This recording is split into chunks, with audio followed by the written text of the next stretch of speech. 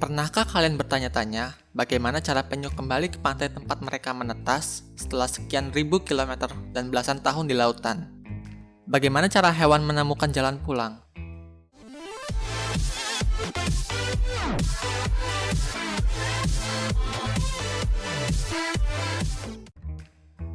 Tapi pertama-tama, biarkan saya bertanya satu hal ke kalian.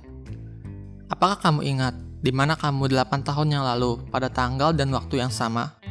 Bukan hanya kotanya, tapi di mana tepatnya kamu berada. Bisa nggak kamu kesana tanpa menggunakan handphone ataupun peta?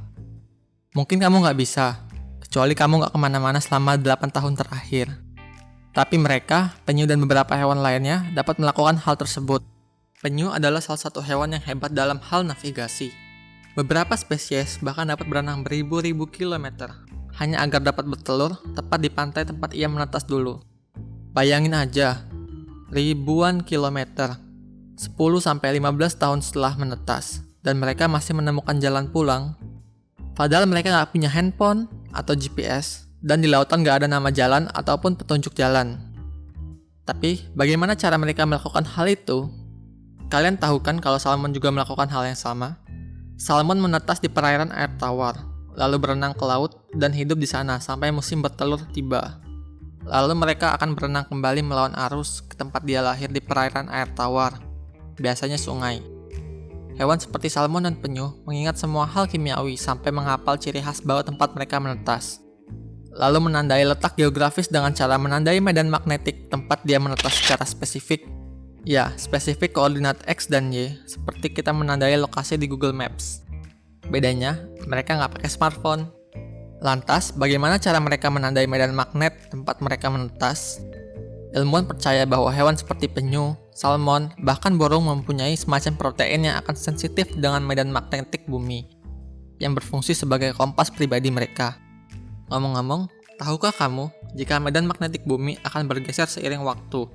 Dan kutub utara serta selatan magnetik bumi akan bertukar setiap 200.000 tahun sekali.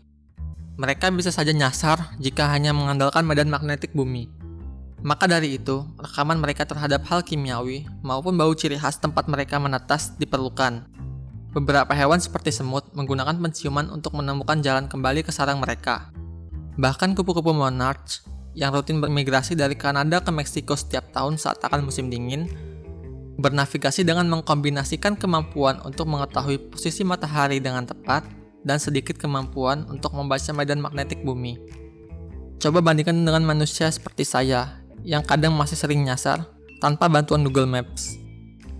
Jadi, apakah kamu tipe orang yang buta arah seperti saya? Atau kamu jago banget dalam hal navigasi? Tulis di kolom komentar di bawah.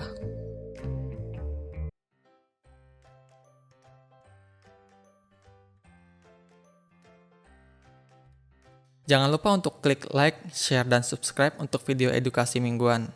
Tanyakan juga pertanyaan yang ingin kamu tanyakan di kolom komentar. And as always, keep wondering.